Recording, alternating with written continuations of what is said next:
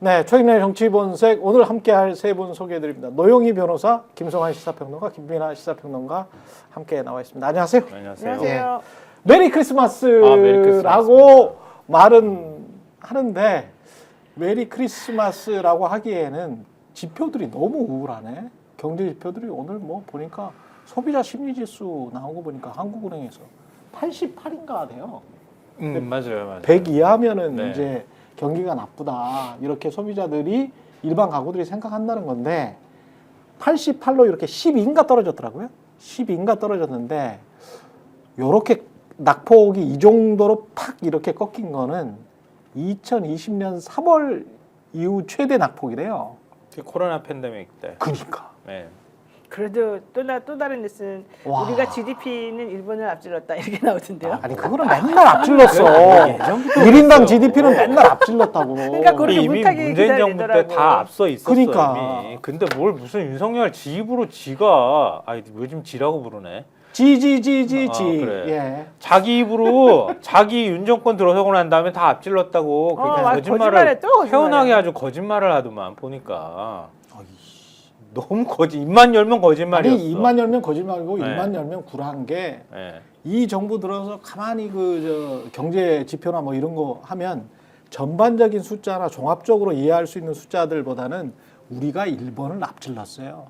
대통령도 그런 이야기를 했었었어. 맞아요. 윤석열이 네. 뭐 1년 전까지도 그런 이야기를 했었습니다. 아니 그러니까 예. 탄핵되는 그 마지막 순간 직전까지도 예. 우리 한국 경제가 기지개를 펴고 있습니다. 그렇지. 이렇게 지 입으로 그래 지라고 합시다 오늘. 자기 입으로 그렇게 얘기를 했어요. 네. 그랬던 대통령이 자기가 다 말아먹고 있잖아 한국 네. 경제를 거꾸로. 미치겠어. 뭔 기지개야 기지개는 말 같지도 않은 기지개. 도대체 기지개는 어디서 폈다는 거야? 대체? 김민하 평론가는 문재인 정부 때도 안 좋았습니까? 문재인 정부 때는 그나마 좀 나았습니까? 개인적으로는 그때는 그때는 개인적인 어떤 네. 수입의 변동을 말씀하시는 수입의 변동. 그때는 그래도 지상파도 나가고 좀 나았겠다. 그때는 방송 환경이 네. 정상적이었지 않습니까? 그리고 그러네 여러 군데 뭐 나갔네 그때 김민하. 특히 이제 코로나 팬데믹 때는 같이 했잖아요 두 사람이. 네, 뭐 안 한 척. 네, 코로나 팬데믹 때는 죄송한 말씀이지만 또 코로나 팬데믹이기 때문에 그 시사평론가가 또 방송에 나가서 그 설명도 하고 그랬거든요. 그때 이제 유튜브가 확 크긴 컸지. 그 이제 그치. 보도 채널에 가서 그렇습니다. 의사 선생님하고 같이 그렇습니다. 뭐 설명도 하고 제가 뭐 사실 뭐 이과도 아닌데 열심히 공부해서 가서 설명도 하고 그랬는데 뭐 그거야 이제 그렇다 치더라도 어쨌든 공중파에 뭐 KBS도 가고 그러지 않았습니까? 그랬죠. 근데 이제는 고정으로 매일 출연했죠. 뭐 각각의 방송사들의 각각의 이유로 네. 뭐 YTN은 YTN에 해당하는 이유, 뭐 KBS는 KBS에 KBS 에 해당하는 이유, 뭐 여러 이유로 이제는 나가지 않고 있기 때문에 네, 뭐 그때와 비교해서 지금이 더 불행한 것은 사실입니다만 뭐 어떻게 하겠습니까? 뭐 네. 노영희 변호사도 사실 잘렸잖아요. 전혀 뭐 제일 희생적이요. 희생을 당했죠. 저는 12년째 이러고 있는 것 같은데. 두 번 잘렸어, 두 번. 꼭 이런 스타일의 정부, MB 정부랄지, 윤석열 정부랄지, 이런 스타일의 정부들이 들어오면 자주 희생을 당하는 것 같아요. 예. 뭐 그렇게 얘기하니까 저만 부한 것 같잖아요. 뭐 하여튼 아니, 김성환 평론가도 이번에 김성환 속이 다 썩고 있습니다. 요번에만 잘렸지 그 전까지 그래도 잘 나갔잖아요. 무슨 얘기예요? KBS. 제가 오히려 잘린 역사로 말하면은 그렇지. 진짜 그래? 한 시간을 얘기해도 모자랄 것 그렇지. 그래요? 우리 오늘 메리 크리스마스 때 그냥 침울하게 그럴까? 쫙 잘린 이야기만 할까? 어. 내가 더 많이 잘렸다. 타락당한 얘기 한번 해볼까? 내가 더 탈압당했다. 그 이명박 정부 시절부터 한번 쭉 한번 풀어드릴까요? 한번 해봐요. 해주세요. 나는 네, 잘 나가는 줄 알았어. 맞아. 이진숙 청문회 때 제가 창고에도 나가가지고 증언까지 한 사람이에요. 이명박도 어떤 일이 벌어졌는지. 부부가 저 사모님도 작가신데 네, 작가시죠. 유명한 방송 작가신데 부부가 쌍으로 잘렸거든. 그때? 여기는 최근에도 그랬잖아. 최근에도. 예, 최근에도 윤석열 보고 정부 들어와가지고 부부 여기는 진짜 확 가난해졌어. 하여튼 저분이 지금 대출 알아보러 다니는 건 내가 알고 있어. 완전 힘들어. 진짜 짜증나. 자영업 연체율이 취약자 연체율도 급증했고 오늘 한겨레 기사를 보니까 어제 어떤 그런데 분이 미치겠네. 총리실 고위 관계자라는 사람이 나와서 한덕수 국무총리가 한국 경제를 안정시켰고, 응? 한덕수가? 한덕수 총리가요. 아 미치겠다. 한국 경제를 안정시켰다잖아요. 불안한 한국 경제를 안정시켰고, 뭐 외교도 지금 정상급 외교를 하면서 외국인들의 어떤 해외에서 바라보는 시각도 뭐 지금 한국 경제가 좀 질서 있게 정리가 된다는 걸 보여줬다는 동 이런 소리를 하잖아요. 너희들이 한국 경제를 어떻게 아냐? 경제 성장률이 지금 1%대로 떨어졌죠. 주식 시장이 모든 것을 말해주고 있고 오늘 놀라운 것은 그 한국은행에서 발표한 이 자료 보면 취약 자영업자 같은 경우에 그때 코로나 때 되니까 정부가 집중적으로 도와줬잖아요. 그래가지고 대출 연체율이 8%대에서 이 정부 들어서기 진짜 공교롭네. 이 정부 들어서기 직전 1분기 때 4%까지 떨어졌어. 그러니까 2배가 하락한 거야. 그랬다가 이 정부 들어서 가지고 쫙 올라가서 11.5%야. 취약 자영업자의 연체율이, 대출 연체율이. 연체라는 거는 3개월 이상 이자 못 내는 겁니다. 3개월 이상 이자를 못 내는 거는요. 진짜 어렵다는 거예요. 오늘의 주제는 파면이 답이다 이거 주제인데 아. 그 주제가 나오게 된 계기가 바로 이렇게 또 잘린 사람들, 힘든 사람들, 자영업자들 그렇지. 이 얘기하는 중이고요. 네. 어제 제가 방송하다가 어떤 분이 슈퍼챗을 10,000원을 보내주시면서 내 방송은 아니었는데 예. 저는 자영업자인데요. 꼭 말을 하고 싶어서 내가 10,000원을 보내요. 근데 내가 너무 힘들어요. 지금 이 대출이자 밀렸고요. 애들 뭐 어떻게 하고 있고요. 지금 월세 밀린 지가 몇 달이 됐습니다. 근데 내가 이 말을 꼭 하고 싶어서 정말 없는 돈인데 10,000원을 여러분한테 쏴요. 이게 얼마나 힘든지. 이거를 해요 지금. 그러니까 자기 너무 힘든데 이걸 꼭 알리고 싶어서 이 정말 주머니 꾸깃꾸깃 넣어놨던 그 10,000원을 여기 슈퍼챗으로 쏘면서 내 걸 읽어달라고 그러는 거야. 너무 마음 와 아프네요. 너무 마음이 아파요. 너무 마음이 아프죠. 저도 이제 내년은 더 힘들 텐데 너무 어떡하나. 힘들었어요. 빨리 바꿔야 돼요. 그래서 진짜. 직접적으로 그 어디에서 이제 성동구 뚝섬역 쪽에서 맥주를 마시는데 그 자영업자 분이 원래 대기업 상무셨더라고요. 근데 이제 뭐 이야기를 하다 보니까 이제 부부가 같이 일을 하세요. 근데 매출이 2,500만 원, 3,000만 원 나올 때도 있대요. 한 달에. 한 달에. 근데 집으로 가져가는 거예요. 두 부부가 함께 일해. 두 부부가 함께 일하고 직원들도 씁니다. 근데 두 부부가 가져가는 돈이 150만 원이에요. 매출이 그렇게 많은데? 매출이 그렇게 많아요. 그러니까 다 임대료, 그 다음에 누굽니까? 저기 저 직원들 월급 플러스 우리 그 라이센스가 있잖아요. 브랜드 그 주는 걸 뭐라 그러죠? 가맹비. 가맹점료. 네. 로얄티 주는 거? 가맹점료 로얄티 주는 거. 이렇게 하니까 막 8, 90%가 나가버린대요. 세상에. 그러니까 150만 원을 가져간다는 거야. 아니 전 이틀 전에 동네에 이제 치킨집이 있는데요. 그- 굉장히 오래된 치킨집인데 예. 평상시에 가면 굉장히 친하니까 이렇게 음. 자리를 가급적 만들어 주시려고 하잖아요. 근데 갔는데 텅텅 비어 있어요. 너무 사람들이 별로 없는 거예요. 평상시에는 거의 줄 서가지고 못 들어가는 데거든요. 그렇지. 근데 왜 그래요? 그랬더니 손님이 다 줄어서 지금 없다고. 그러니 걱정하는 거예요. 근데 이렇게 사람들을 쫙 무슨 뭐 고열을 짜듯이 쫙 빨아놓고 대기업 감세만 해주고 체인점은 이런 식으로 다 독과점하게 만들면서 2년 반을 지내고 그 사이에 또 이태원 참사까지 그냥 대충 마무리하고 한덕수, 이상민 계속 앉혀놓고 있었으니 이게 진짜 계엄을 안 하고 내란을 안 일으켰어도 이자는 계속 지탱했으면 안 됐었던 거예요. 그럼요. 사실은. 정말 예.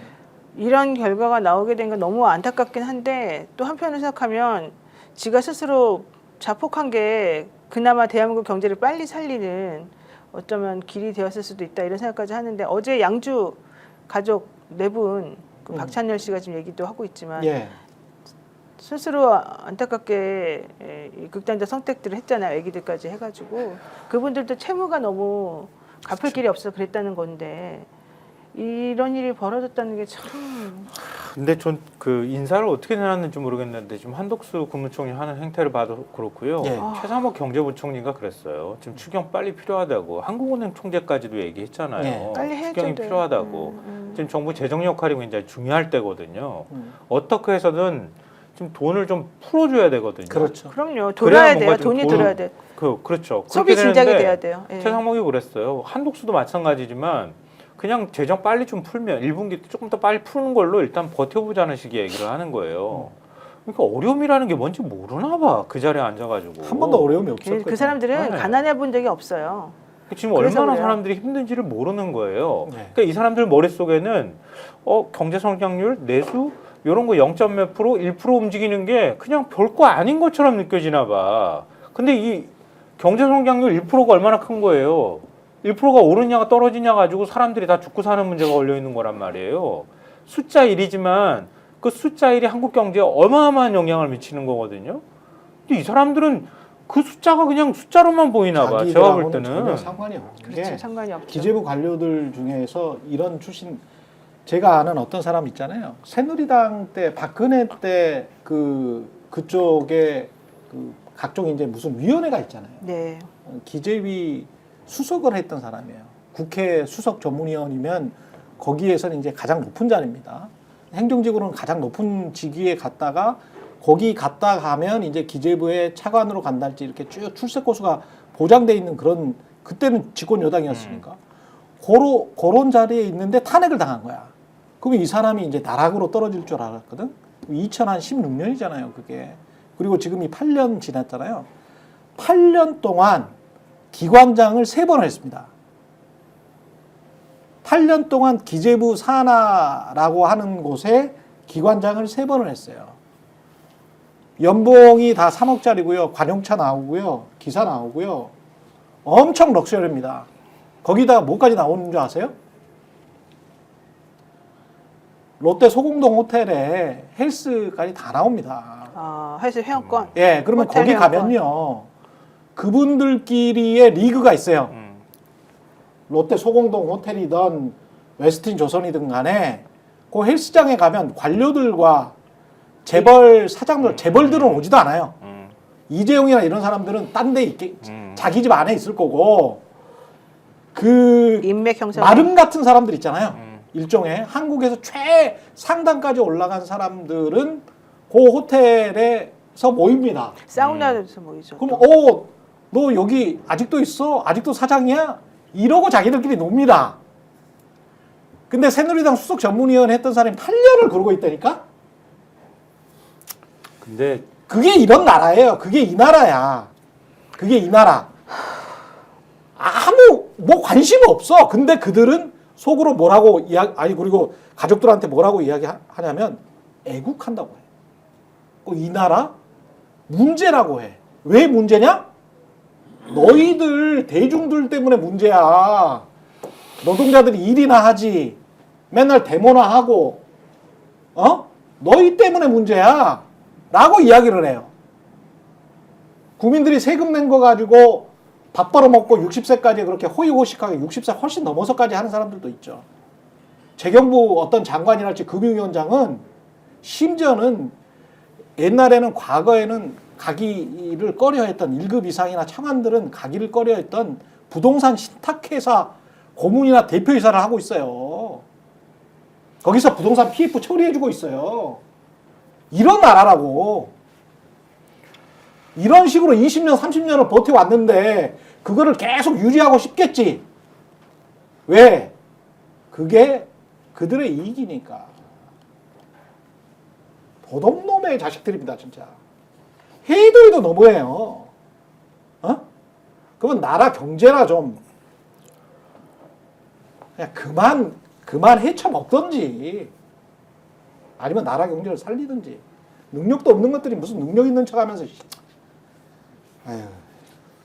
근데 관심이 없는 예. 게 맞는 게, 예.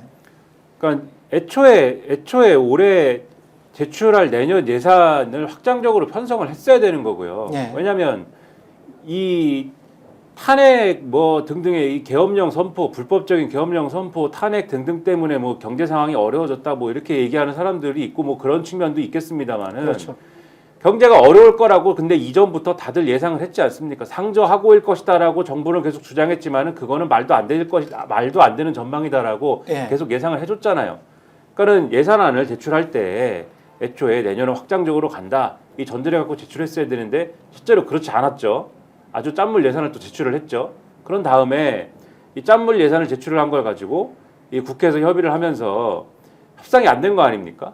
서로 증액을 얘기를 했지만 이 증액을 어느 부분을 할 거냐를 가지고 줄다리기 협상을 하다가 뭐 마지막에 가서 뭐 이게 뭐 협상이 되기도 하고 뭐 예년의 사례가 그런 것입니다만 이번에는 증액을 얘기하는 포인트가 이제 달랐기 때문에 이 삭감과 증액을 얘기하는 포인트가 달랐기 때문에 협의가 잘 안 된 측면이 있는데 근데 그 핵심 포인트가 뭐였냐면은 결국 이제 검경의 특활비 예산 뭐 이런 거였던 거잖아요. 그렇죠. 민생 예산하고 민생 뭐 이런 경기 활성화 이런 거하고는 별 관계가 없었던 부분인 것이지 않습니까? 그 부분에서 이제 합의가 안 되고 국회는 깎을 권한만 있고 정부는 뭐 정부가 동의해야 이제 증액할 수 있는 것이기 때문에 결국은 합의가 안 되니까는 국회가 이 야당이 중심이 돼서 감행 예산을 처리한 것이고 나중에 만약에 그러면은 이 예산을 만약에 이 돈을 푸는 게 필요하면은 추경을 하든가 뭐 수정안을 이 본회의에서 수정안을 제출해 가지고 이 감행 예산안에 대한 어떤 것들을 이 뭔가 합의를 해가지고 수정안을 처리하든가 이렇게 하자고 한 건데 감행 예산은 결국은 처리하는 쪽으로 막 가는 상황이었던 거잖아요.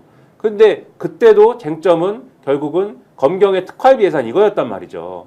근데 결국은 그거에 대해서 이 대통령이라는 거를 하던 사람은 어떻게 한 겁니까? 그거에 대해서 그래 그러면 야당이 주장하는 일부 증액 예산을 뭐 수용하더라도 당장 우리가 애초에 잘못 생각한 바 있는 그러한 예산의 과오를 되돌리기 위해서 정말 경기 활성화를 위해서 예산을 증액을 해보자 이렇게 나온 게 아니라 계엄령 선포하고 뭐 이런 불법적인 얘기를 하는데 이 얘기를 근거로 막 사용하는 거잖아요. 그렇죠. 애초에 그 경제에 대한 뭐 경제를 잘해보자 이런 생각이 없다는 게 여기 드러나는 거고 그 계엄령 선포를 불법적으로 한 거고 총선 결과를 뒤집기 위해 한 것이고 김건희를 지키기 위해서 한 것인데 그것이 목적이긴 하지만은 그걸 계엄령을 선포를 할 만해서 했다라고 자기가 주장하는 데 있어서 최소한의 성인이 있어야 될 거 아닙니까? 그렇습니다. 자기 편을 위해서라도. 예. 예산에 깎아가지고 이거를 내가 선포한 것이다라는 얘기를 하는데 예산에 깎았다라고 주장하면서 나열한 사례가 사실이다 아니잖아요. 또 예산에 깎은 그렇죠. 바도 없는 예산을 예산에 깎았다라고 주장하면서 또 야를 하지 않습니까? 그러니까 하나도 지금 관심이 없다라는 게 여기서 다 드러나는 거예요. 예산에 대해서 관심이 없고 경제에 대해서 관심이 없고 내수에 대해서 관심이 없다. 그런 사람들이 지금까지 이제 뭐 나라를 운영해 왔기 때문에 이 모양 이 꼴이 된 것이다. 그렇게 얘기할 수밖에 없는 거죠. 본인들은 상관없으니까 예산 나오니까 뭐. 갑자기 네. 생각나는데요. 우리가 계엄 처음에는 그냥 즉흥적으로 혹시 한 거 아닐까 이렇게 생각했는데 지금 나오는 거 보면 지난해 12월부터 나와서 3월 때는 굉장히 구체화됐고 그리고 김용현 국방부 장관 임명했던 8, 9월쯤에는 진짜 계엄을 하기로 작심을 했던 거구나 이렇게 생각하잖아요. 예산안을 그 무렵부터 짜는 거잖아요. 그렇죠. 그죠? 그러면은 특활비나 예비비에 왜 이렇게 격하게 반응을 했을까? 이게 대충 풀이가 되는 것 같아. 그러니까 예비비도 지난번에 우리가 얘기했던 것처럼 4조 2천억으로 평상시 한 1조 5천억 잡는데 무지하게 많이 늘어났잖아요. 최상목 경제부총리한테 계엄 선포하기 바로 직전인가요? 한 페이지짜리 그거 줬다 그러잖아요. 메모. 그러니까 계엄 입법 계엄 입법부 운영. 예. 운영하는 운영 예산 확보하라고 얘기를 했다잖아요. 그렇죠. 예. 국회 운영비 예산 다 삭감하고. 그렇죠. 그거 다 어디서 나오겠어요? 제가 볼 땐 예비비에서 빼야 되는 거거든요. 맞다. 특활비나 이런데 왜 그토록 예민하게 반응했을까요? 그 근데 특활비가 다 민주당이 사실은 예비비를 2조 원이나 삭감했잖아. 그러니까 특활비도 결국은 사실 그런 데서 활용할 수 있는 돈이란 말이에요. 그렇지. 체포하거나 이런 돈, 공식적으로 잡히지 않은 예산들로 써야 되는 거기 때문에 거기에 왜 저렇게 예민한 반응을 보였을까 생각해 보니까 이것 때문이었구나. 계엄일 가능성이 굉장히 높구나 하는 생각이 들어요. 관심사가 경제가 아니고 독재밖에 없는 거예요. 나는 독재를 어떻게든 하겠다. 이게 맞아요. 관심사인 사람인 거예요. 예. 천태사 TV님 말씀하신 대로 세금으로 내란 경비 만들려고 했는데 그게 막히니까 확 완전히 돌아버린 돌아버렸다. 거지. 그렇지. 근데 거기에 또 하나 들어가는 게 세금으로 내란 경비를 마련하려고 한 거는 부정선거 어쩌고 저쩌고 지금 말하는 본인이 말했다는 주장했다는 그게 아니고 자기 속마음은 김건희 지키기였다는 그렇지. 게 거의 확실해진 지고 있고 이걸 지금 검찰인가요? 제가 어제 JTBC인가? 그렇죠. 네. 검찰에서 12.3 내란의 배경에 김건희 씨가 있다는 거를 여기다 공소장에 기소장에 썼대요. 쓰려고 한다는 거 썼다는 거야? 쓰려고 한다는 쓴대요, 거. 쓴대요. 예, 쓴다는 거잖아요. 이건 굉장히 중요하다고 봅니다. 이거는 28일 날 김용현 처음으로 네. 이제 아마 기소를 하면서 네. 공소장을 작성을 할 텐데 네. 거기에 아마 쓴다고 하면 쓰겠죠. 그러니까 만약 그런 원인 얘기라고 규명을 하면. 해야 되는데 가령 뭐 이재명 그 민주당 당 대표 관련된 사건이나 이런 거 하면서 말도 안 되는 논리를 쫙 뒤에다 끌어 썼잖아요. 그다음에 뭐 뉴스타파 대 윤석열 명예훼손 사건 똑같이 말도 안 되는 논리를 쫙 끌어다 써서 너희들이 민주당과 공모해 가지고 이 뭐 나를 떨어뜨릴 목적으로 내통해 가지고 이런 거지라고 막 이렇게 지들끼리 소설을 하고 창작을 했잖아요. 기소장에다가. 근데 김건희 같은 경우는 혐의가 지금 쫙쫙쫙쫙 연결이 돼. 이거를 실선으로만 밝히면 이게 끝나는 거거든. 아니, 충분히 기소장에 쓸 수 있다고 보는 거거든요. 명태균 지금 녹취 내용이 공개된 것만으로도 윤석열은 탄핵감이었던 거예요. 그렇죠. 애당초. 예. 그거 거짓말했던 거잖아요. 국민들 앞에서 뻔뻔하게 기자회견하면서 나는 당시 공관위원장이 정진석인 줄 알았다고 그렇게 뻥쳤잖아요. 근데 지금 음성 녹취 나온 거는 윤상현한테 전화했다고 얘기를 하잖아요. 그렇죠. 자기가. 그러니까 이런 인간이었던 거야. 애초부터. 처음부터 끝까지 다 거짓말이야. 제가 보면. 그러니까 그것만 까졌으면은 바로 야당에서 탄핵 들어갔을 거예요. 그러니까 그렇지. 지금 JTBC에 나온 그 기사가 이거잖아요. 12.3 내란 배경에 김건희가 있다고 검찰이 판단하고 있고 그래서 한동훈 대표가 김건희 특검법에 대해서 소극적으로 그러니까 특검법을 반대하는 것에 소극적으로 행동을 하니까 계엄을 통해서 국회를 장악하려고 했다. 그래서 그 내용을 내란죄 공소장에 적시하려고 지금 검찰에서 지금 의논들을 하고 있다. 그리고 실질적으로 검찰 특수본이 12월 3일 김건희 특검법 처리 상황을 국회에서 어떻게 하는지 그렇지. 이걸 좀 주목을 하고 있다. 이런 얘기이고 국민의힘도 실질적으로 이 특검법 재표결 관련해 가지고 그 당시에 원래는 김건희 특검법 그때 2명의 표만 좀 모자르고 있었었잖아요. 그래서 그 분열되는 상황에 대해서 조금 검찰도 좀 확인을 하고 있었다. 뭐 이런 얘기 같아요. 아니, 그러니까 이게 뭐 너무 황당한 게 그러니까 만약에 김건희 특검이 들어가잖아요.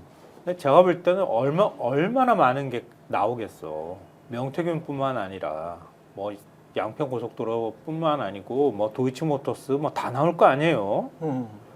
그 과정이 다 나오게 될 것을 국민의힘은 경기 일으키면서 지금 반대하고 있는 이유 나올까봐 걱정하는 자기네들 거고. 다 걸려 있어서 그럴 것 같아요. 명태균만 걸려 있겠어? 다 걸려 있지. 명태균만 나와도 사실은 걸릴 네. 사람이 한두 명이 아니거든. 제가 볼 때. 지금 윤상형 바로 걸렸잖아요. 그 특검이 다 기속감이에요. 오세훈 간당간당하죠. 홍준표 간당간당하죠. 다 그렇잖아요. 명태균만 나와도. 근데 한둘이에요? 건진법사 그다음에 오늘 저는 완전히 황당했던 게 겸공에서 인터뷰를 하는데 박지원 의원이 있잖아요. 박지원 의원이 그 폭로한 내용은 저는 한덕수 와이프 무속에 빠져 있는 거. 와 이거는 너무 황당하더라고. 그러니까 한덕수의 부인이 한덕수 국무총리의 부인이 무속에 빠져 있었고 김건희 씨와 이렇게 오고 갔다라는 거죠. 그림에도 심취해 있고 예. 그게 이제 두 개의 공통적인 그렇죠. 고리가 있는데 그림과 무속. 그러니까 이게 이제 대놓고 아주 자신의 친한 친구인데 이렇게까지 말하는 거는 그래서 근데 그 뉘앙스가 한덕수의 부인과 김건희가 친했다. 노상원은 근데 둘 다 무속에 빠져 있다. 그리고 노상원은 점을 잘 보는 무슨 남자 보살인가? 하여간 그런 사람이다. 명태균도 사주 명리하겠다. 건진법사? 그러면 이 모든 게 김건희랑 한덕수랑도 연결이 됐나? 그러면 그것 때문에 한덕수가 지금 근데요. 일어나? 더 충격적인 소식 하나 더 알려드릴까요? 충격적인 건. 아니 지금 박지원 의원은 이제 네. 자기랑 엄청 친한 한덕수 친구와의 우정 때문에 사실 고민을 했다고 하는데요. 예. 그것과 별개로 헌재가 지금 칼을 빼들었습니다. 뭐라고? 헌재는 이번 탄핵 1월달 안에 끝낼 수 있다고 지금 봐요. 뭐 때문이냐? 예. 헌법재판소 재판관 임명하거나 말거나 자기네는 1월달 안에 대통령 탄핵시킬 수도 있다고 생각해요. 1월 안에? 왜 너무 왜 그러냐? 예. 국무회의 의결 안 거쳤잖아요. 그렇지. 회의력이 없잖아요. 없어. 그래서 윤 네. 대통령이 헌법 82조를 위반했는지 이거 하나만 가지고도 탄핵 가능하다.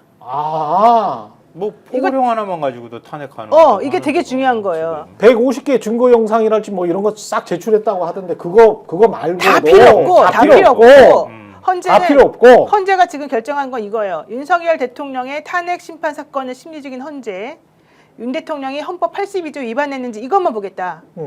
이 조항은 대통령의 국법상 행위는 문서로서 하되 이 문서에 국무총리 그리고 국무위원들이 서명하는 거 있잖아요. 부서 했는지. 예. 그리고 군사에 관한 것도 또한 같다 이렇게 써 있는데 지금 국무위원들 누구도 서명하지 않았다 그랬고 행안부에서도 그런 문서 없다고 정확히 대답했잖아요.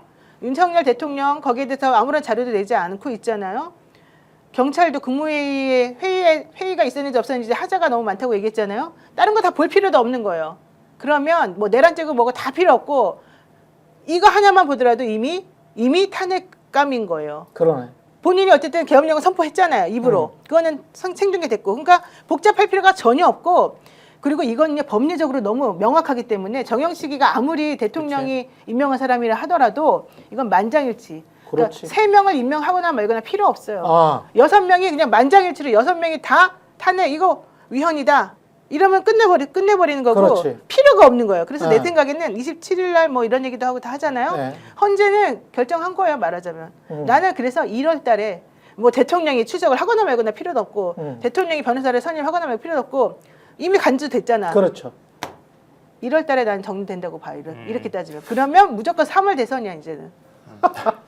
아니 벚꽃이 저는 굉장히 빠를 거라고 생각했어요. 최소한 벚꽃이 피기 전에. 두 달 내에도 충분히 끝낼 수 있다고 방금 전에 말씀하셨던 그런 근거로 아무리 내가 진보 보수 뭐 이런 추천목도 다르고 생각이 좀 다르다 하더라도 헌법재판관 정도 되는 사람들이 내가 누구를 보호하기 위해서 이런 내란 사태가 발생했는데 나는 대통령이 헌법 수호나 아니면 법률을 수호할 의지가 있다고 그리고 고도의 통치행위를 한 것이다라고 판단할 재판관이 누가 있을까? 설마. 그러니까 저는 헌법재판관 3명 임명해야 된다고 봐요. 당연히 그래야 되고 또 무슨 변수가 생길지 모르기 때문에 그 변수를 차단하는 차원에서라도 또 어떤 대통령 탄핵이라고 하는 걸 결정하는데 이렇게 불안정한 6인 체제에서 결정하는 건 또 맞지도 않고 그러니까 가급적 9인 체제를 맞춰야 되지만 너무 불안해하면서 6인 체제를 불신의 눈으로 바라보는 것도 또한 약간은 경계할 필요가 있다. 예. 민주당이 너무 초재하지는 않아도 될 거다.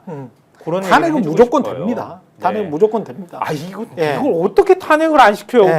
탄핵 모든 무조건 국민이 봤는데. 있습니다, 이게 진짜. 있잖아요. 판단할 네. 때 법리, 그러니까 재판할 때 가장 사람들이 잔소리 안 할 수 있는 거 혹은 해석의 여지가 없는 거는요.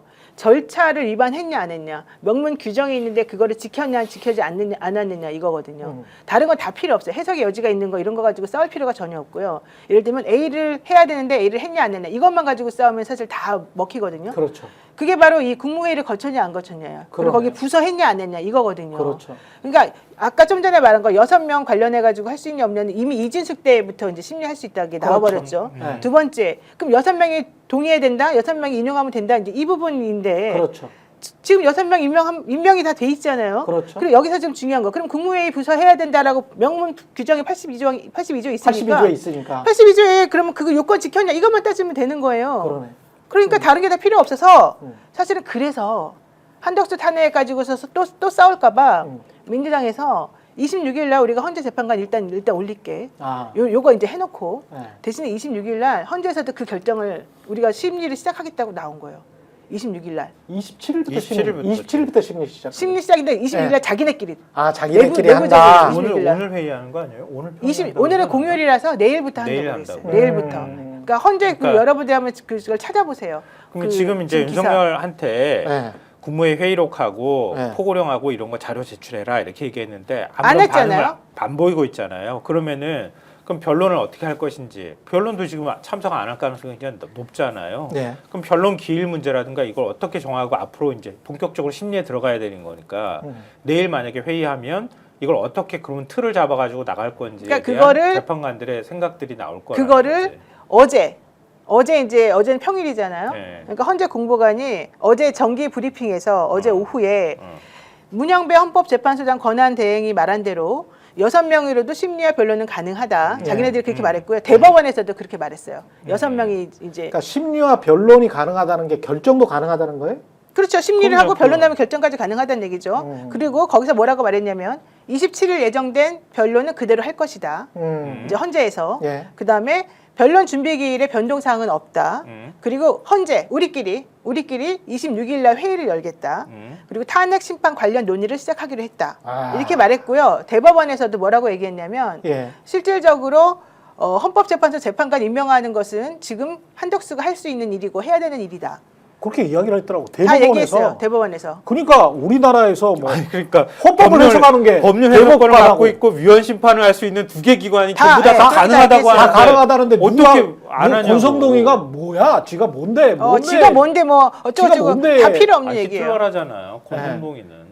그러니까 그 민주당이 일단은 인내한다 뭐 이런 차원이 있는 거잖아요. 네. 왜냐하면 아무리 그렇다 하더라도 계속 밀어붙이는 모습을 보이는 건 여론이 좀 부담이 되는 있을 수가 측면이 있어서. 있거든요. 네. 그리고 또 하나는 제가 볼 때는 지금 다 거부권을 행사하면서 자기가 대통령처럼 행사하는 거잖아요. 맞아요. 근데 헌법재판관 임명은 제일 소극적으로 권한을 행사해도 되는 거야. 그렇죠. 근데 이것조차도 행사를 안 해? 그럼 이거는 아예 안 하겠다는 뜻으로 해석할 수 있는 거잖아요. 그러니까 국민 여론을 모으고 이 정도 헌법재판소하고 그다음에 대법까지 입장을 이런 방식으로 냈는데 내가 권한대행이니까 이거 안 되는 것이오. 아니 안 된다고 말하는 거 이거는 헌법재판관 후보자를 합의해서 갖고 오시오라고 하는 것 자체가 말이 안 되는 거잖아요. 그렇지. 여야 목소리에서 추천받아서 국회에서 선출하면 되는 걸로 헌법재판소법에 돼 있단 말이에요. 선출 절차 끝나면은 거기에 대해서 뭐라고 할 거야 권한대행이. 이것도 합의해가지고 오시오라고 말할 거야? 그렇게 말하는 근거가 어디 있어? 헌법과 법률이 중요하다며. 그렇죠. 근거도 없잖아요. 네. 근데 임명 안 한다? 그건 아예 내랑 공범으로 난 가겠소라고 하는 뜻으로 해석될 수밖에 없다는 거지. 네, 그러면 어쨌든. 그때부터 민주당이 탄핵 절차에 들어가도 충분하다는 거예요. 네. 절차와 명분 쌓기를 26일로 하고 어떻게 보면 박지원 의원이 그렇게 어제 정도에 탁 그렇게 터트린 거 있잖아요. 그것도 압박 전술인 것 같아요. 그럼요. 예. 네. 한덕수한테 26일까지 기다리긴 하는데 절차 명분 다 쌓고 우리는 뭐 아실 거 하나도 없다. 하루 정도 손해 나는 거 하나밖에 없어. 그리고 대신에 너는 이거를 만약에 그때도 안 해버리면 너와 김건희의 관계 다 알려줄게. 내가 다 까발릴 거야. 그분이 국정원 원장이었어요. 국정원장이었잖아. 박지원은 네, 국정원 원장인 어. 거죠. 아는 게 진짜 많아요. 그렇지. 그래서 이거는 한번 툭 던진 이게 사실은 한덕수한테 큰 압박이 될 것 같습니다. 제가 보기에는. 근데 바꿀까요 입장? 그러니까 한덕수의 면피는 뭐냐면요, 내가 내 손으로 아무것도 결정 안 하겠다는 뜻이에요. 달리 그렇지. 말하면. 그렇지. 여야 합의호라 하잖아. 근데 국회에서 통과했는데 무슨 여야를 합의호래. 그 권성동하고 말같이 하시라는 이재명하고 거지. 그 의견이 같을 때까지 기다리겠다는 이야기잖아. 그게 말이 되나? 국회에서 다수결로 이미 통과됐잖아. 그러니까 전형적인 공무원들의 복지부동이자 무책임의 행태를 보이는 거고요. 네. 달리 말하면은 오늘 뭐 한국일보 사설인가 거기서도 지적을 했지만 이거예요. 김건희 특검법 해가지고 야당의 추천권 배제한 거 갖고 왔었잖아요. 제3자 그렇지. 추천. 그때도 위헌이라며.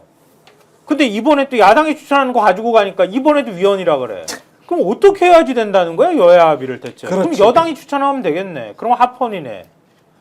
도대체 자기가 얘기했던 논리도 맞지도 하나도 안 않은 거 맞히죠. 주장하면서 네. 지금 뭐 하는 얘기인지 모르겠어. 시크한 베타님 감사합니다. 어쨌든 중요한 거는 예. 헌재는 심리 개시를 원래 7명이 해야 된다고 처음에 원래 그렇게 돼 있었던 것을 그렇게 되니까 지금 이렇게 꼼수를 부린다. 그래서 6명도 가능하다고 지난번에 얘기를 했었었고 심리가 가능하다는 건 결국 변론도 가능하다는 그렇지. 얘기고 그럼 결과론적으로는 6명 가지고 끝까지 결정도 내릴 수 있다는 뜻인데 이제 그렇다고 해서 그럼 6명이 있어야지 인용된다는 그걸 바꿀 수 있냐? 그건 아니에요. 그러니까 6명으로 심리하고 변론하고 인용까지 되려면 6명이 다 만장일치 돼야 된다. 그렇죠. 여기까지예요. 그렇지. 예, 근데 그것까지 지금 다 염두에 두고 얘기하는 거예요. 예. 하지만 그래도 돌다리 더 두들겨 봐야죠. 보는 예, 게 맞기 예. 때문에 7명으로 가는 게 아니 9명으로 가는 게 가니까 제일 안전하죠. 가장 안전하긴 해. 예. 돌다리를 두들기는 것도 있습니다만 예. 계속 윤석열 측에 할 말을 남겨두면 안 되는 거죠. 그렇지. 여섯 그것도 있어. 명으로 지금 물론 말도 안 되는 트집이에요. 말도 네. 안 되는 트집과 뭐 억지를 쓰는 건데 6명으로 심리 변론 이 절차를 거치는 게 부당하다고 지금 주장을 하기 시작했지 않습니까? 그렇죠. 이 석뭐라는 사람이 나와가지고 석동현 그래서 석동현은 변호사도 아닌데 나서지 마라. 그렇죠. 이게 헌재서 한 얘기고요. 그렇죠. 그다음에 그렇죠. 조한창 후보자가 그랬잖아요. 나 국민의힘 추천이야. 조한창 후보자가 그렇지. 국민의힘 추천한 아. 재판관이 후보자잖아요. 예. 나 임명해야 돼, 니네가. 지금 그 얘기하고 그렇지. 있어요. 어. 한덕수 총리가 말하고 있어요. 네. 나 임명해, 네가. 나 임명해야 돼, 너. 지금 그 얘기하고 있어요. 그렇죠. 네. 아니 그거- 자기네가 추천해놓고 자기가 인사청문회 안 가. 자기가 그리고 임명 반대. 말이 안 이거 되잖아요. 뭐 하는 짓이야. 네. 내가 그러니까 조한창도 나 임명해야지. 네가 뭐 하는 짓이냐, 니네. 지금 이러고 있어요. 그렇지. 네. 당연하지. 예. 그러니까 얼마나 웃기겠어요. 이 사람들 지금 하는 모양새를 보면. 한심하지 정말. 그 후보자 입장에서 진짜 얼마나 황당해. 후보자가 보기에도 어이가 없을 거예요. 헌법 재판관 얼마나 영예입니까? 그럼요. 대법관과 최고 같은 영예지. 동급인데 그게. 그러니까 이 건에서는 내부적으로 이게 뭐 내란이 되냐 안 되냐 이거 가지고 서로 싸우면 한두 끝도 없어요. 그러니까 내가 아까 말한 대로 절차. 국무회의 서명했어 안 했어 이것만 가지고 가면 땡이야. 이제 더 이상 뭐 할 것도 없어요. 그렇잖아. 국무회의에 분명히 써 있거든요. 제대로 소집해서 서명 받고서 하라고 돼 있거든. 근데 아무도 서명 안 했잖아. 회의록 자체가 없잖아. 회의록 자체가 이거는 없어. 빼박이에요. 어. 그래서 이 6명이 하는 것도 문제다라고 주장을 하고 6명이 만장일치로 결정을 하는데 6명만 결정한 것도 문제라고 주장을 할 겁니다. 100%.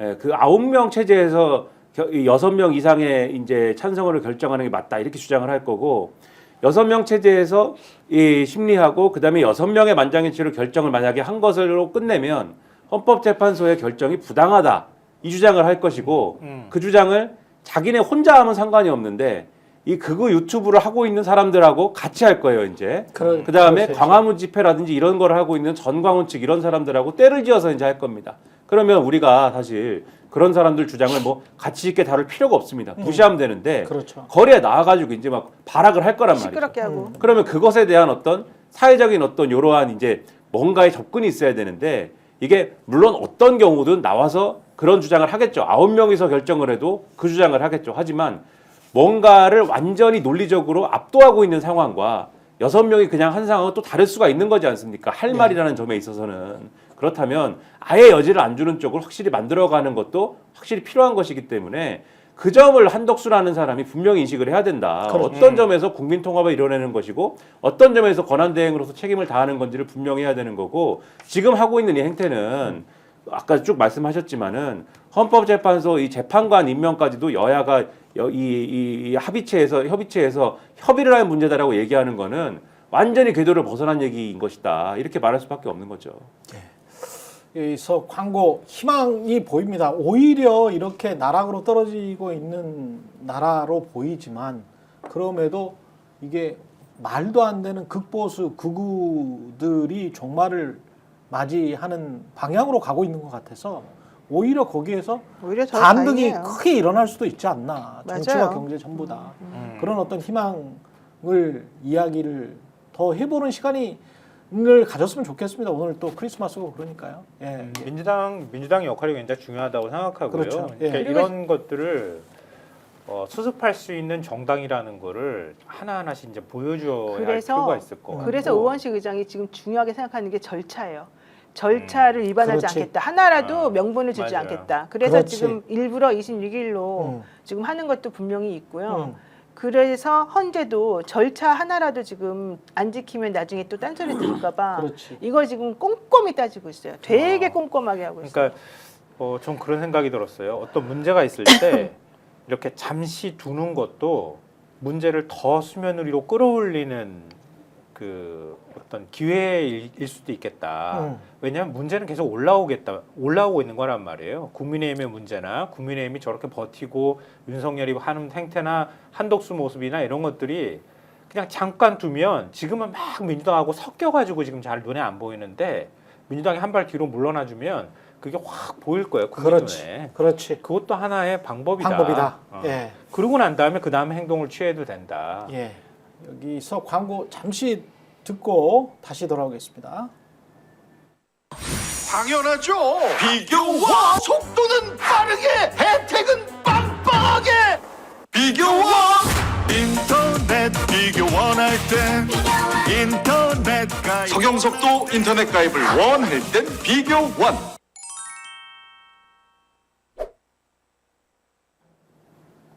네, 무조건 써야 하는 인터넷 휴대폰 정수기 렌탈, 매월 나가는 요금 부담되실 텐데요. 여러분의 부담을 줄이기 위해서 인터넷 비교원에서 준비했습니다. 인터넷 신규 가입할 때 최대 48만 원, 인터넷 가입과 동시에 현재 쓰고 계신 휴대폰 통신사만 변경해도 추가로 최대 30만 원, 정수기 렌탈 최대 30만 원, 합하면 108만 원이 됩니다. 3년마다 받으실 수 있고요. 약정 끝나셨다면 꼭 신청하시기 바랍니다. 현금 사은품 원치 않는다? 55인치 삼성 TV도 선택 가능하고요. 1670-2571 네이버에 인터넷 비교원 검색하십시오. 상담할 때 스픽스 유튜브 채널 말씀하시면 현금 비밀 혜택과 함께 웰세이브의 고함량 비타민 B 제품도 선물 100% 증정하고 있습니다. 지금 수입료를 7억 부른 쪽은 많이 부른 거예요? 적게 부른 거예요? 근데 그것도 윤석열 대통령 이쪽에서는 윤석열 씨가 이제 변호사를 구하려고 하는데 여기 이것도 지금 수입료를 7억을 내가 줄게. 이거는 근데 자기 돈으로 주는 거겠죠? 자기 돈으로 자기 줘야 돈으로 돼요. 주는 거지? 네, 개인 돈으로 줘야 되고요. 자기 돈이나 김건희 돈으로 주는 거겠죠? 네네. 네. 문제는 네. 7억을 준다 그러면은 부가세까지 해서 7억 7천을 줘야 되는데요. 그러네. 그 7억 돈, 7천. 그 돈을 이제 세금 신고를 변호사가 해야 돼요. 그렇겠지 당연히. 근데 그러고 나면은 변호사 이 금액이 크기 때문에 네. 이 세금 소득 구간이 50%네. 50%예요. 예. 그러면은 실질적으로 비용 들어간 거 다른 게 없어. 인건비밖에 안 되기 때문에 3억 5천 정도밖에 실소득이 안 돼요. 4억 정도 나오겠다. 그렇게 예, 따지고 예. 나면 그거를 혼자서 다 못 쓰기 때문에 밑에 또 다른 변호사들하고 같이 나눠줘야 돼요. 그러면 그렇겠네. 최소한 4명은 필요하거든요. 예. 이제 이 페이퍼 작업할 사람이. 그렇죠. 그러면은 한 명당 최소한 한 명당 평균적으로 1억 가져간다고 칩시다. 그냥 예. 실제 소득이. 예.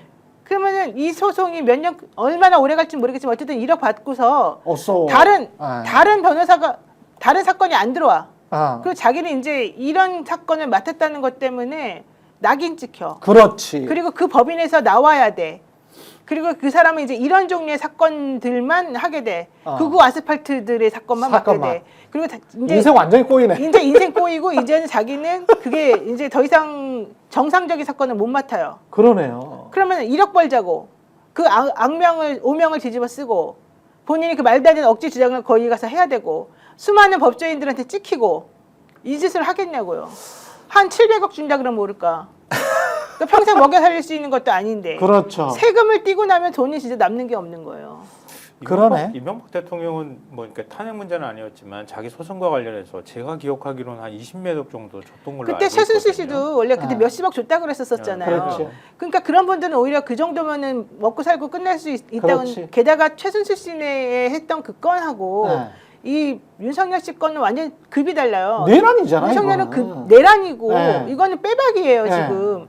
그리고 박근혜 씨 때는요. 그래도 박근혜가 직접 먹은 게 없다는 것 때문에 무료로 봉쇄해주겠다고 한 사람들 되게 많았었어요. 그렇지. 근데 지금은 그게 아니에요. 내란은 너무 명백하잖아요. 지금 노상원 씨부터 시작해가지고 속속 드러나는 김용현 뭐 누구누구 해가지고 나오는 것들을 보게 되면 정말 북한에게 전쟁을 도발해서 우리를 향해서 총칼을 쏘게끔 만들었던 게 나오잖아요. 예. 어떤 대통령이 이런 짓을 해요, 국민을 향해서. 아. 그러면 이런 사람들을 변호하고 싶어요? 분노픽님이 추천하셨는데 서정욱 배승이 추천하셨고요. 그러면 100점 100페이지. 그럼 100점 100페이지. 그다음에 로즈가든님이 돈 떼먹고 공천 준다고 하겠지라고 얘기하시. 그치. 이것도 근데 그건 상당히 설득력 있다. 명태균 씨한테 3억 7천 안 줬잖아. 네. 그러니까 이제는 신뢰가 없겠지. 서정욱 변호사한테는 제가 맞지 말라고 얘기할게요. 서정욱, 김소연, 그다음에 강신업 변호사 하라 그래. 그다음에 강신업 변호사는 책임이 있네. 그다음에 그러니까. 가로세로 영사 강용석 하라 그래. 강용석은 변호사 자격 정지 없어지지 않았어? 4년 아니, 서면은 지가 쓰고 딴 사람 나가면 되지.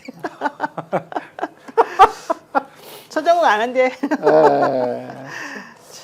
서정욱이 할 수가 없네. 그럼 지금 아무도 못 하겠네. 그동안- 전원책 변호사라도 하면 지금 저 공개적으로 이렇게 심평, 전원책 이런 사람들 하면 되겠네. 세대셀러님 그동안 그렇게 칭송하던 변호사들 붙으세요. 네. 심평 전원책은 끝까지 지금 칭송하고 뭐 돌아오면은 심평 변호사 같은 경우는 뭐 잘할 거다. 원래 본성이 선한 사람이다. 뭐 이따위 이야기도 했잖아. 아니 돌아올 거라고 헌재에서 살아 돌아올 거라고 했으니까 네. 하라 그래요. 그래요. 재밌다. 재밌어. HID는 이 사람들은 저 국방부에서는 어제 오후에는 돌아왔다라고 하든 했는데 했는데 아직 안 들어왔다고. 어제 밤에 MBC 뉴스데스크 보니까 안 돌아온 것 같은데 이게 지금 확인이 안 된 것 같아요. 그 어떻게 알겠습니까? 그걸 알 수가 없죠. 왜 알 수가 없냐면 이게 지금 또 보안이다? 뭐 돌아오고 안 돌아온 것도? 보안을 떠나서 네. 지금 노상원이라는 이 햄버거파 두목이 그동안 오비요원들을 관리한 거잖아요. 그리고 이 지금 나갔다라고 하는 HID 요원이라는 사람들이 정확히 뭔지를 지금 모르지 않습니까? 정확하게 네. 뭐 블랙 요원 지금 블랙 요원인 거라고 얘기를 하는데 네. 이 블랙 요원이라는 게 정확히 뭘 의미하는지를 지금 모르겠거든요. 정확하게. 네. 그러면 무슨 얘기냐면은 이미 이 계엄 뭐 하고 뭐 난리 나기 이전부터 정보사는 그것 때문에 시끄러웠잖아요. 그렇지. 문상호 정보사령관이랑 그 밑에 있던 여단장이랑 싸웠지 않습니까? 근데 그때 뭐 갖고 싸웠냐면은 그 밑에 있던 여단장이 이 정보사 외부에 따로 이제 공간을 마련해 가지고 거기서 오비들을 관리했는데 오비들을 관리하면서 뭘 하려고 그랬냐면은 여단장이 별도의 공작을 하려고 했던 거잖아요. 대북 공작을. 그 대북 공작을 하기 위해서 오비들을 거기다 모아놓고 나름대로 네트워크 관리를 한 건데 문상호는 자기의 어떤 그 생각하고는 다른 방식으로 왜 이것을 운영하느냐라고 싸운 거잖아요. 둘이 예. 집어던지고 명패 집어던지고 소로철 집어던지고 왜 나를 폭행하냐 이래갖고 법원에 간 거잖아요. 무슨 얘기냐면은 이 오비 요원들 자기들이 나름대로 요원 활동하면서 나름대로 내가 네트워크가 있고 내가 나름대로 공작에 노하우가 있다고 생각하는 이 요원들을 정보사가 통제를 못하는 시스템입니다. 이전부터 이미. 그리고 거기다가 지금 그 이전에 계엄 이거 불법 계엄 준비하면서 노상원이 중간에 껴있는 형태로 만약에 이거를 관리했다 그러면은 예. 이 사람들이 이 가뜩이나 정보사에서 관리 안 되는 이 오비 요원들이 오비인데 지금 요원으로 관리되고 있는 이 사람들이 뭐 어디에 나가 있는지 어떤 상태에 지금 있는 것인지 스위치가 꺼져 있는 건지 켜져 있는 건지 이거를 정확하게 지금의 국방부 차관 이런 사람들이 파악을 할 수가 있는 겁니까? 그러니까 이 지켜보는 사람 입장에서는 일반 국민 입장에서는 그런 게 불안한 것이고 민주당은 이 제보 자체는 다른 루트로 받은 걸 거 아니에요. 국방부가 지금 우리가 파악해봤는데 정상 상태입니다. 다 들어와 있습니다. 원대 복귀했습니다. 이렇게 얘기하는 거와는 별개 라인으로 받은 걸 거 아닙니까? 그렇죠. 그게 확인이 되느냐가 저는 지금 의문인 거거든요. 그래서 불안한 거죠. 굉장히 흥미로운 얘기했는데요. 정보사 내부에 굉장히 알력 다툼이나 굉장히 지금 심각한 상황일 거예요. 왜냐하면 육사 라인을 중심으로 해서 현직하고 오비 둘이서 붙어가지고 다른 사람들 다 배제시켰다는 거 아니에요. 그렇죠. 그러니까 분당에 그 백여단이라고 하는 곳에 거기에 있는 책임자도 대령도 모르게 지금 진행했다는 거잖아요. 다 자기 계엄이 선포돼가지고 회의실에 회의실에 모이라고 했는데 네. 너 회의실 들어가지 마 이렇게 얘기했을 정도라고 얘기하니까 그러면은 그 이전으로 거슬러 올라가면은 그 여단장이라고 하는 공작 전문으로 하는 오비들하고 연결됐다고 하는 사람이 지금 일선 부대로 좌천되듯이 가 있잖아요. 그럼 그때부터 사실은 공작 부분하고 문상호하고는 잘 연결이 안 됐을 가능성이 있지. 그러니까 그 사람들을 배제시킨 상태에서 몰래 육사 출신의 중령 대령 내려가는 그 라인들이 HID나 몇 명을 선발하는 작업을 비밀리에 했을 거고 그게 공식 개선을 타지 않고 비밀리에 자기들끼리 지시하는 관계가 형성됐을 가능성이 있는 거지. 그러니까 그 중에 누가 빠져나간 건지 아니면 그 중에 뭐 이전 오비들하고 연결이 되는 누군가 빠져 있는 건지 지금 자기들조차도 파악이 안 됐을 가능성이 있는 거지. 그러네. 완전 개판 5분점이 돼 있는 거지 진짜.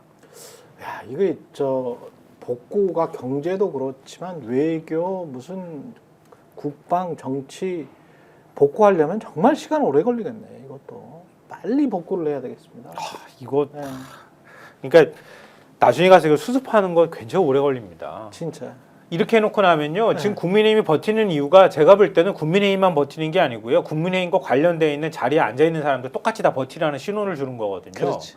한독수한테도 다 버티라고 지금 신호주는 거고. 근데 이 판에 이른바 이제 진보주의자들 중에 저는 이제 보수 극우랄지 본인들의 이익과 관련돼 있기 때문에 이런 불리한 상황에서 이렇게 개헌이랄지 내각제 이야기하는 국민의힘 의원들 의견은 그냥 무시해도 된다고 봐요. 그건 완전히 본인들 이익 때문에 지금 그런 짓을 하고 있고 그런 말을 하고 있기 때문에 조선일보가 계속 그 이야기 하고 있잖아요. 그래서 조선일보 따라가고 조선일보랑 짜가지고 분리하면 우리는 개헌, 내각제, 민심이 뒤숭숭하니까 늘 우리는 합의를 해야 돼. 뭐 이런 식으로 지금 가잖아요. 이게 그 과거에 중도가 어디 있는지는 모르겠지만 우리는 중도야. 우리는 중도 보수, 합리적 보수였는데 그게 내각제거든. 근데 본인들은 윤석열 뽑았잖아. 본인들 윤석열 뽑은 다음에 그 속마음 그리고 겉으로 내세웠던 거는 뭐예요? 겉으로 내세웠던 거는 다 개혁이었잖아요. 개혁. 윤석열도 4대 개혁 이야기하고. 근데 그 4대 개혁이라는 게 본인들 이익이랑 다 관련된 거였잖아요. 이 상황에서 근데 이른바 진보주의자들이 내각제 운운하는 사람들, 특히 오늘 저 박지원 의원이 이야기한 본인이랑 비슷한 나이대에 있는 80대죠. 80대에 80대요. 예. 굉장히 유명한 김대중 때부터 국회의원을 했던 예. 그런 사람들이 내각제로 자꾸 꼬신다는 거 아니에요. 민주당의 이른바 구파들이 그 사람들 생각은 본인들의 명성도 없지만 이런 걸 이용해서 한 번 더 해먹겠다라는 거야. 지금 박지원 의원 이야기 들어보니까 조선일보가 열심히 띄워도 안 된다는 걸 우리가 입증해 보여줬으면 좋겠고 이번 기회에. 정말? 그리고 정말 대선 전 개헌을 하자고 인간들 지금 말이야. 띄우면서 마치 이걸 또 하나 해결책인 양 이렇게 제시한단 말이에요. 근데 거기에는 제가 볼 때는 그러니까 대선 전 개헌이 들어가려면 사실은 공론화 작업까지 다 필요하단 말이에요. 그렇지. 금방 이렇게 뚝딱 한다고 되는 게 아니란 말이에요. 그러면 윤석열 탄핵 시기도 굉장히 늦춰질 가능성이 높아요. 그러니까 시간 질질질 끄면서 대선 전 그 개헌 얘기를 새로운 화두로 끄집어내면서 다른 이슈들 다 덮어가면서 가자고 하는 거예요. 그러니까 그 속셈은 이런 개헌은 필요 없어. 그다음에 이제 법적 처벌이랄지 당장 김건희 특검도 못 할 걸? 내각제 되면? 아유, 내각제 되면 김건희 특검도 합의 못 할 거야. 내각제가 왜 갑자기 튀어나와? 정말 싫어. 이 제대로 된 법적 처벌이랄지 이런 거는 해야 될 거 아니에요. 누구를 뭐 복수를 하자 그런 게 아니고요. 그럼요. 법적으로 제대로 처벌할 사람들은 처벌을 해야 전두환 자연사 만든 것처럼 그렇게는 안 해야 그 다음에 우리가 또 앞으로 도약할 수 있을 거 아니에요. 그러니까 대선 전에 김건희 특검 통과시켜서 네. 김건희 특검에서 대선 전에 수사 결과 끝내가지고 김건희 기소할 거면 기소하고 관련자들 처벌할 거 있으면 다 기소해가지고 재판 회부를 하고 새로운 정부가 출범해야지 부담이 없는 거예요. 그렇지. 문재인 정부가 계속 끝까지 한 2년 가량을 검찰 특수부에 매달려 있다가 결국 되치기 당하고 등에 칼 꽂힌 거 아니에요. 검찰 특수부 하나도 개혁 못했잖아. 아무것도 못했지. 그러니까 이번에 하려면 그렇게 해가지고 털고 그리고 검찰 개혁으로 가야 돼. 그렇지. 제도 개혁으로 들어가야지. 정말 징글징글합니다. 그리고 이게 적폐청산도 좋고 다 좋은데 건드리기 시작하면 진짜 많고 그거를 하려면 한 2년 걸릴 거란 말이에요. 그렇지.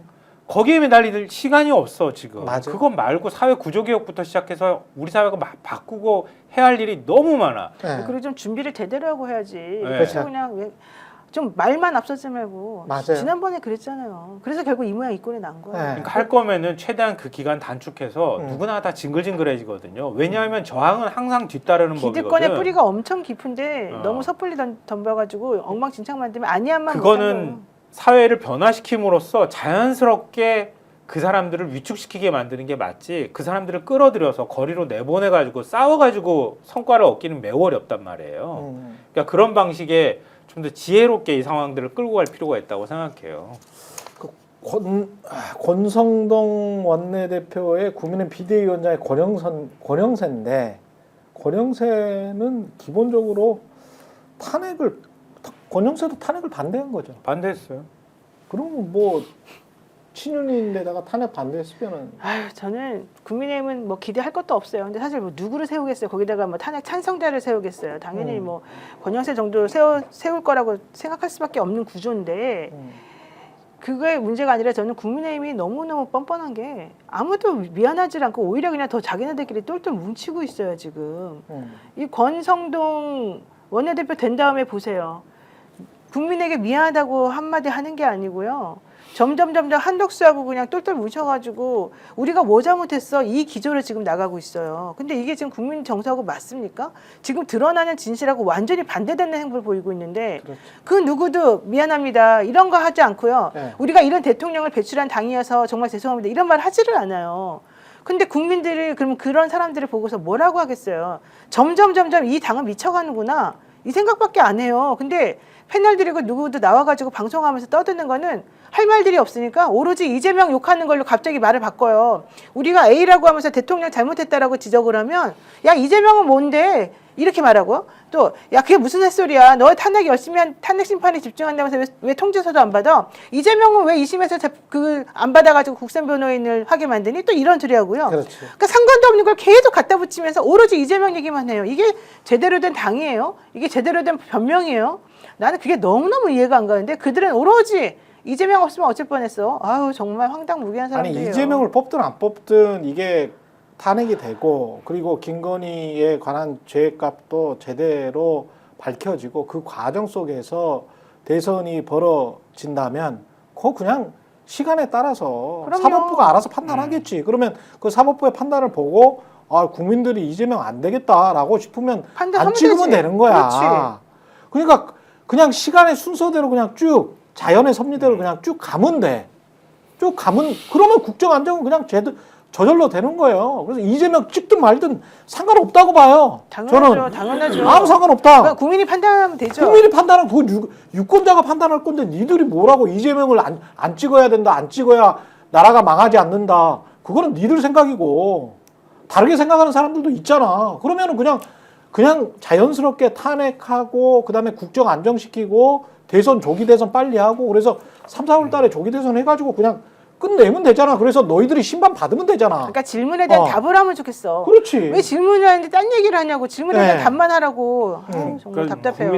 국민의힘이 뭐 반대되는 당이니까 예.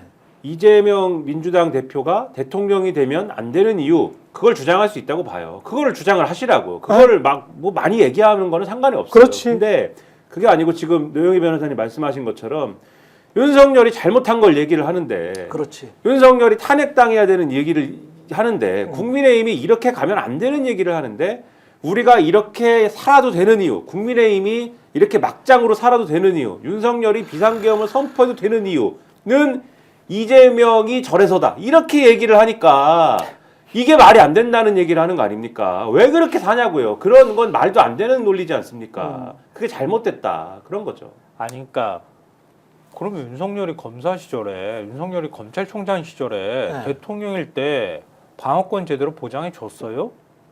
예? 피의사실 줄줄 흘리면서 그렇지. 사람 모욕 주기 했잖아. 그래놓고 무슨 지는 지금 방어권 주장을 하고 있어. 말도 안 되는 얘기를 하고 있어. 적어도 그 저는요. 사람들은 적어도 그 사람들은 서류는 받았어. 저는 그 만약에 이재명 대표와 관련된 재판에 대해서 얘기하자고 하면 얼마든지 얘기할 수 있지만 저는 검찰이 검사 정권이 그 기소한 거는 공소 취소해야 된다고 봐요. 그렇잖아요. 저도 마찬가지지만 저 미행해가지고 제가 잘못한 부분들을 찾아냈다고 쳐요. 물론 저는 이재명 대표 그런 부분이 그렇게까지 죄를 저질렀다고 생각하지도 않지만 그러면 독수독가로 맨날 검찰이 입이 입버릇처럼 하는 얘기잖아. 아니 뒤따라가지고 미행해서 불법적으로 얻은 증거는 재판을 생활할 수 없다면서요. 검사의 공소권 수사권 남용해가지고 그렇게 기소한 거 스스로 공소 취소해야 되는 거 아니야? 검사 정권에서 했던 거? 그렇죠. 아니 그리고 난 당연하다고 봐요. 맞아요. 이렇게 하면 세상에 다 찍어가지고 저놈 내가 죽일 거야. 그러면 안 죽일 사람이 어디 있어? 다 죽이지. 다 죽어요 우리 그러면. 게다가 이번에 또 얼마나 창피스러웠겠어요. 대학생들이 자기한테 성탄 카드 보낸 줄 알고 덥석 받았다가 대통령님 당신이 따뜻한 데서 밥 맛있는 거 먹으면서 호가호위하지만 우리는 뭡니까 추운 데서 오도로 떨면서 당신 때문에 힘들게 살고 있습니다. 그거 받았을 때 얼마나 웃겼겠어요. 왜 선택적으로 받아요 통지문을. 어이없게. 아유 어이없는 진짜. 인간들입니다. 진짜 윤석열이나 권성동 씨처럼 정치 진짜 권상도 씨 정말 나빠요. 예. 정치하는 거면 아무나 정치할 수 있는 거예요. 이게 지금 정치인이라는 거는 국민을 대표해가지고 국민을 위해서 봉사하는 직업이라고 지들이 떠들잖아 맨날. 진짜 민망하지도 않나 봐. 아유. 뭐 하여튼 대국민 사과한다네요. 하기는 누가?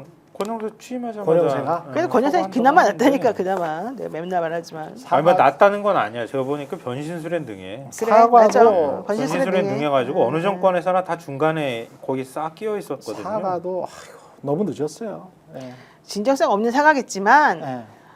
빨리 통지문 받고 공수처 오늘 지금 기다리다가 결국 안 나가는 걸로 끝났는데 공수처장도 좀 과감성 있게 결단력 있게 해서 공수처의 존재 이유를 조금 보여주세요. 예? 그리고 빨리 특검 저기 뭐 그냥 자기는 통과시킨다고 한덕수 정신 차리고 하세요. 그래야지 이 일이 진행이 되지. 본인이 지금 자기 앞길이 구말린데 뭐 하는 짓인지 모르겠어요. 자기 코가 석재인데. 윤석열 체포하고 윤석열 탄핵하고 그럼요. 김건희 특검 갑시다. 예. 좋게. 좋게 빨리빨리 갑시다. 네. 예. 벚꽃 피기 전에 해버리면 좋겠다. 대선. 아니 그렇게 될 거라고 생각해요. 전국이 빨리 안정되는 유일한 길입니다. 최인의 정치 분석 여기까지 하겠습니다. 노영희 변호사, 김성환 시사평론가, 김민아 시사평론가와 함께했습니다. 내일 다시 찾아오겠습니다. 고맙습니다. 고맙습니다. 스픽스는 말하는 언론입니다. 대세는 유튜브, 그중에서 스픽스. 좋아요, 댓글, 구독, 알림 설정. 여러분이 저희를 사랑해 주시고 우리가 여러분을 사랑하는 4가지 방법입니다.